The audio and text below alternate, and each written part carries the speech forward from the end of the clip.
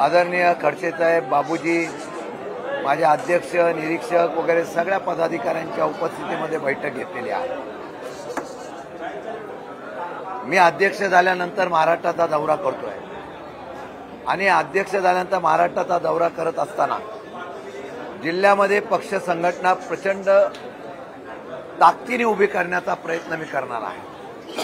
जळगावमध्ये पहिल्या वेळेला 6 आमदार अशा प्रकारचा राष्ट्रवादीचा जिल्हा म्हणून ओळखला जात होता।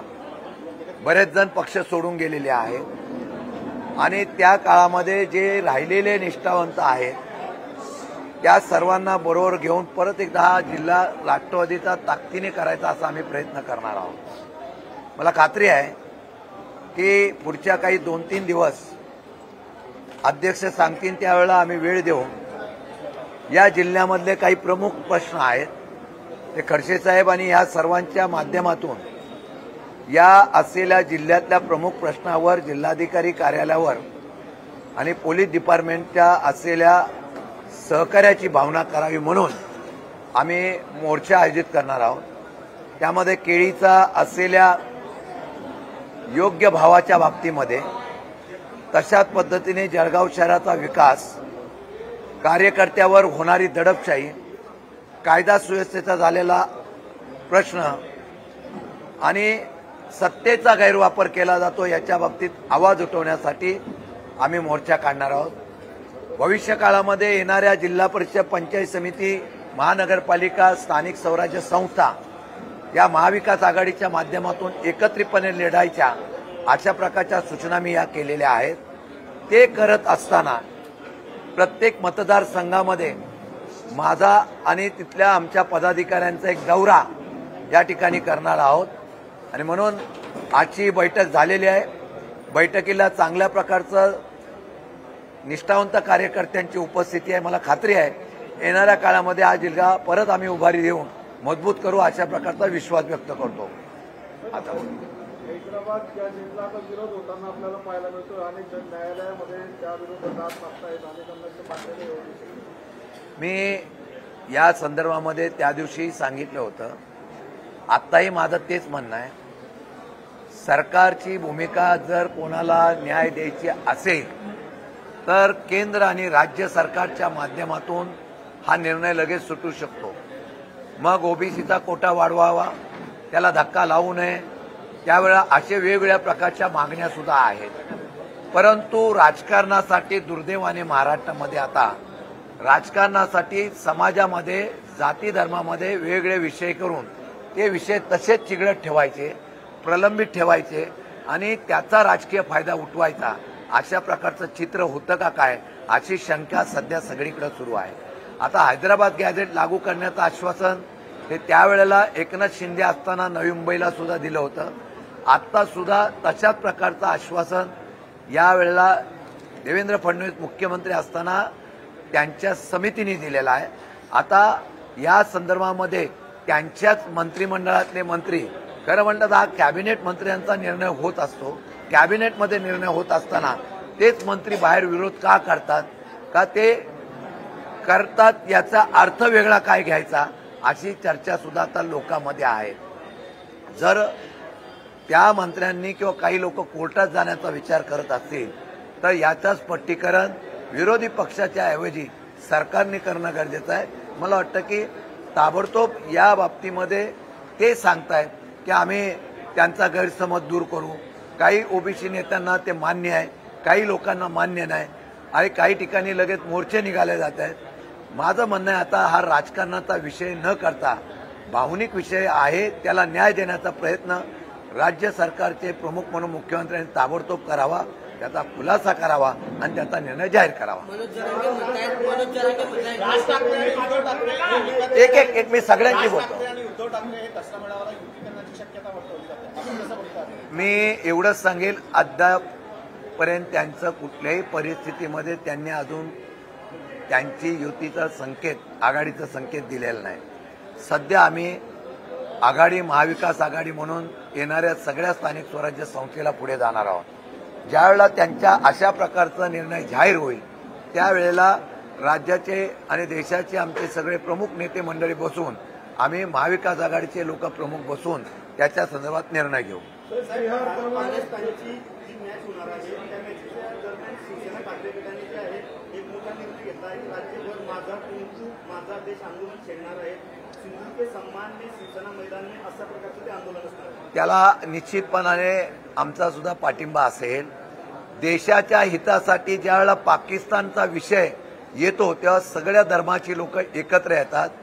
पाकिस्तानने ज्यावेळेला हल्ला केला त्यावेळेला तुम्हीच सांगितलं होतं की यांना आम्ही उत्तर देऊ. मग एका बाजूला युद्ध करतोय. ते युद्ध करत असताना आता जर अशा प्रकारचा सामना जर खेळवण्याचं नियोजन होत असेल त्याला भारताने बहिष्कार टाकावा असं तमाम भारतीयांचं म्हणणं असताना तो सामना खेळवला जात असेल तर फक्त तो सिंदूरचा विषय स्वतःच्या राजकीय फायद्यासाठी घेतला का, तो सत्य आता लोकांमध्ये आणण्यासाठी देशप्रेम काय आहे हे दाखवण्याचा प्रयत्न आम्ही करू आणि त्यामध्ये शिवसेनेने ही भूमिका घेतली असेल तर ती देशप्रेमाची आहे. छगन भुजबळ सरकारसाठी धोक्याची घंटा आहे. छगन भुजबळ सरकारसाठी धोक्याची घंटा आहे. त्यांना जेलमध्ये घाला असं मनोज जरांगेंनी म्हटलं आहे. आता ते घंटा त्यांची धोक्याची आहे असं त्यांचे म्हणणं असेल. मी मगाशी सांगितलं या बाबतीमध्ये दोन समाजामध्ये वाद विकोपाला जाऊन राजकीय फायदा होण्यापेक्षा समाजाचा मार्ग काढून देणं गरजेचं आहे. त्याच्या संदर्भामध्ये सरकारने त्वरित लक्ष घालून निर्णय घ्यावा अशी आमची विनंती आहे. आधी प्रतिज्ञापत्र असलं तर कुणबींच्या नोंदीत जात प्रमाणपत्र द्यावं असं सरकारने आदेशात म्हटलेलं आहे. आता त्याला चंद्रशेखर बावनकुळे असं म्हणतात की रक्तातील नात्यांचं सुद्धा त्याला स्पष्टीकरण द्यावं लागेल. नाही, आता त्या समितीने आणि कॅबिनेटमध्ये असलेल्या राधाकृष्ण विखे पाटील यांची एक समिती आणि ओबीसीची समिती आहे चंद्रकांत बावनकुळेंची. दोन्ही समितींचा वेगवेगळा अहवाल आहे. त्या अहवालामध्ये जर त्यांच्यामध्ये अशा प्रकारच्या सूचना झाल्या असतील तर त्याची अंमलबजावणी करण्याची जबाबदारी ही त्यांची आहे. तशा प्रकारच्या सूचना झाल्या असतील तर त्याचा निर्णय त्यांनी जाहीर करावा आणि त्याची अंमलबजावणी करण्याच्या वरती मला निर्णय झाला तर दोन्ही, मी परत एकदा सांगतो, दोन्ही समाजाला विश्वासात घेऊन काम करावं. अजितदादा पवार यांनी आयपीएसशी बोलले होते. अजितदादा पवार आयपीएसशी बोलले होते. तो खूप मोठा वाद झालेला आहे. आपण असं पण म्हटलेलं की जळगाव जिल्ह्यामध्ये प्रशासनाच्या माध्यमातून सर्वसामान्य लोक असतील किंवा विरोधी असतील त्यांना नामोहरण करण्याचा प्रयत्न केला जातो. एकूणच महाराष्ट्रामध्ये सत्ताधाऱ्यांच्या माध्यमातून प्रशासनावर दबाव आहे का? मी तुम्हाला सांगतो की ते प्रकरण झालं त्याच्या मागे अजून एक गोष्ट अशी होती की त्या ठिकाणी अवैध उत्खनन होते म्हटल्यानंतर मला मिळालेली माहिती खरी खोटी माहीत नाही, परंतु तहसीलदार तिथे गेले होते. तिथल्या त्या लोकांनी तहसीलदाराला मारहाण केली. तहसीलदारांना मारहाण केली. शासकीय अधिकाऱ्यांना मारहाण केल्यानंतर तिथं त्या आयपीएस अधिकारी गेल्या होत्या. त्यांनी त्याच्या संदर्भामध्ये कारवाई करायला गेले. कारवाई केल्यानंतर जर एखाद्या आयपीएस अधिकाऱ्यांना, मग ते मंत्री असो, मुख्यमंत्री असो, उपमुख्यमंत्री असो, त्यांनी आपल्या अधिकाराचा उपयोग करून जर अशा पद्धतीने दबाव टाकण्याचा प्रयत्न केला असेल तर तो चुकीचा आहे. महिला अधिकाऱ्यांचं त्यामध्ये मनोधैर्य खर्ची होऊ शकतं. सध्या देशामध्ये अशा पद्धतीने अधिकाऱ्यांना दबावामध्ये काम करण्याच्या बाबतीमधली भूमिका पार पाडावं लागते. फक्त सरकारमधले मंत्री नव्हेच तर खालचा कार्यकर्ता सुद्धा मंत्री असल्याच्या आविर्भावामध्ये जिल्हाधिकारी आयएस ऑफिसर आहेत. काही लोक नवीन असल्यानंतर त्यांना काम करण्याची जिद्द आहे. जसं आयपीएस अधिकारी ज्यांनी आपला कायदा मोठाही दाखवण्याचा प्रयत्न केलेला आहे तशा पद्धतीने करत असतील.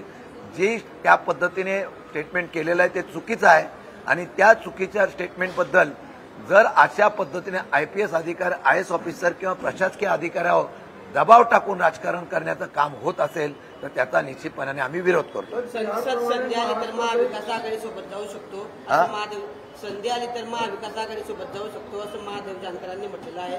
त्यांनी म्हटलंय की भाजपला लोकशाही संपूर्ण हुकुमशाही आणायची म्हणून आमचा अपवित्र आहे.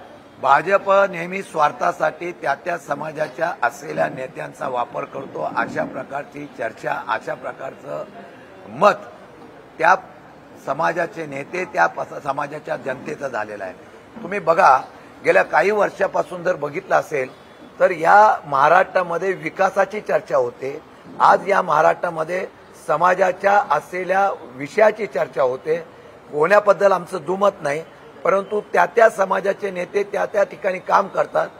महादेव जानकर भारतीय जनता पार्टीचे सहयोगी पक्षाचे सहकारी म्हणून काम करत होते. आता त्यांची गरज संपली असेल म्हणून त्यांना बाजूला काढण्याचा प्रयत्न पार्टीचा झाला, त्यामुळे ते स्वाभिमानाने परत उभे राहत आहेत. त्यांना समाजामध्ये किंमत आहे, महाराष्ट्रामध्ये किंमत आहे, आंदोलन करणारा नेता म्हणून त्याची ओळख आहे. माझ्या माहितीप्रमाणे हळूहळू अनेक लोक जे महायुती गेलेले आहेत, जे काही नाईलाजाने गेले, काही सत्तेच्या पोटी गेले, यांना सुद्धा तसाच अनुभव येईल, त्याचं प्रत्यंतर महादेव जानकरांनी स्वाभिमानाने दाखवलेलं आहे. साहेब, महाराष्ट्रातही बिहारप्रमाणे मतदार याद्यांची पडताळणी केल्याचं सांगितलं जातं. बिहारचा पॅटर्न माझी आजही त्याच गोष्टीवर माझं परत एकदा हरकत येत आहे. प्रत्येक निवडणुकीला निवडणूक आयोग वेगवेगळ्या प्रकारचा निर्णय का घेतोय, हा लोकशाहीचा शंका घेणारं काम आहे.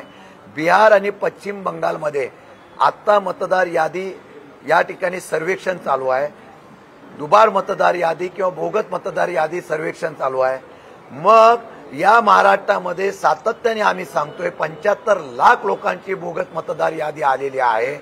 मग त्याच्या संदर्भामध्ये आपण सर्वेक्षण करावं. ते करताना निवडणूक आयोगावर आमचा विश्वास नाही. त्यांनी सर्वपक्षीय कमिटी करावी. सर्वपक्षीय कमिटीच्या असलेल्या मार्गदर्शनाखाली किंवा त्यांच्या सोबत अख्ख्या महाराष्ट्रातल्या मतदार यादीचं परत सर्वेक्षण करावं, सत्य जनतेच्या समोर आणावं. त्यावेळेला दूध का दूध पाणी का पाणी होईल. परंतु आजही माझं मत आहे की या असल्या गोष्टीच्या संदर्भामधूनच निवडणुका जिंकण्याचा नवीन फंडा निवडणूक आयोगाच्या माध्यमातून हातामध्ये घेतला का, जातो का काय, लोकशाहीच्या माध्यमातून मतदानाला अधिकार राहिला का, हा शंका उपस्थित होते.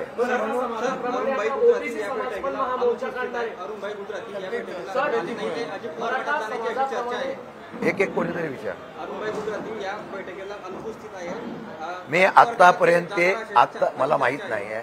ते आमचे ज्येष्ठ नेते आहेत, ते आमच्या बरोबर आहेत. आतापर्यंत सुद्धा ते आमच्या बरोबर आहेत. उद्या कोण काय करतोय ते मी आज त्या ठिकाणी काय सांगू शकत नाही. कोणी जात असेल तरी त्यांना आम्ही अडवणार नाही. आम्ही नवीन टीम घेऊन त्या ठिकाणी काम करणार. ओबीसी समाज पण आक्रमक झालाय, महामोर्चा काढण्याच्या तयारी. खास प्रत्येकाला लोकशाहीमध्ये अधिकार आहे ना मागायचा. ओबीसी समाजाने अधिकाराने मागितलं तर त्यांना का विरोध करावा. उद्या धनगर समाज आहे, त्या दिवशी परवाच्या दिवशी बंजारा समाज आंदोलनाला उतरलेला आहे. आता सरकारने प्रत्येक समाजाची आता त्या ठिकाणी निर्णय देणं गरजेचं आहे. वेगळं काय त्यांनी मागितलंय. संभाव्य महायुती आहे त्याच्यापासून उद्धव ठाकरे गटाच्या आमदारांची आणि खासदारांची ज्या महत्वपूर्ण बैठक दिली अशी माफी सुरू. अगा, मताचं विभाजन होऊ नये हे महाराष्ट्रातल्या विरोधी पक्षाची भूमिका आहे. आता या मताच्या विभाजनामध्ये पहिलं त्यांच्या महायुतीच्या माध्यमातून काय होतंय, त्यांच्या बैठका होती, त्यांचे निर्णय होईल. ज्या दिवशी निर्णय होईल त्या दिवशी आमचे निर्णय आम्ही सांगू. सोबत राहतील का महाविकास आघाडीच्या दोघी पक्ष, काय वाटतं तुम्हाला?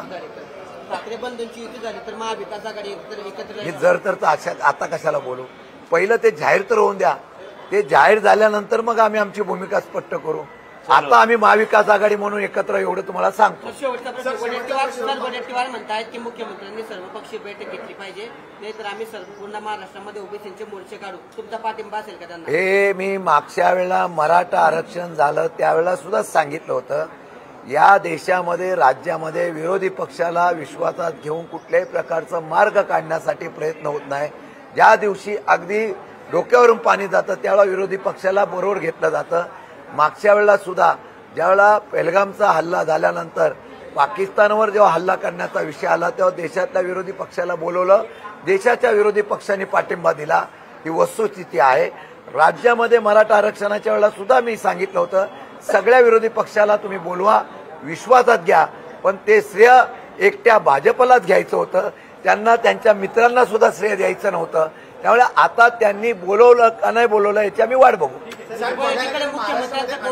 पालकमंत्रीपद देखील राखीव आहे, अनेक ठिकाणी पालकमंत्रीपद दिले नाही. कुठेतरी यांच्यामध्ये कुसबूस चालू आहे का दोन्ही पक्षांमध्ये? आता तुम्हाला माझ्यापेक्षा जास्त माहित आहे. या पक्षामध्ये एक वाक्यता नाही. प्रत्येक जण आपण कशा पद्धतीने मोठे आहोत किंवा माझा पक्ष कसा परत वाढला पाहिजे याचा स्पर्धा करतायत. फक्त दाखवताना सगळेजण एकत्र आहे म्हणून दाखवताय. या असल्या अंतर्गत कुरबुरीमध्ये महाराष्ट्राचा विकास ठप्प झालेला आहे.